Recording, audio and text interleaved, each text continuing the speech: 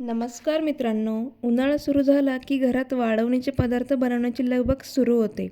आज मी तुम्हाला उपवासासाठी खास आणि खूपच कुरकुरीत साबुदाणा बटाटा चकली कशी बनवायची ते दाखवणार आहे.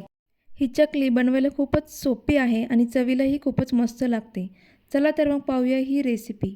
या रेसिपीसाठी मी सर्वप्रथम 3 किलो बटाटे उकडून घेतले आणि ते चांगल्या प्रकारे मॅश करून घेतले.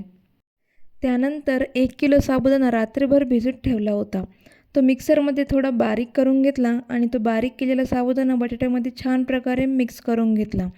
पुढे त्यामध्ये चवीनुसार मीठ आणि तिखट घातले. मीठ तुम्ही आपल्या चवीनुसार घालू शकतात. त्यानंतर दोन्ही मिश्रण छान मळून घेतले. आता चकली साच्याला थोडेसे तेल लावून घ्यायचे आहे, जेणेकरून त्यातून चकली नीट बाहेर पडते.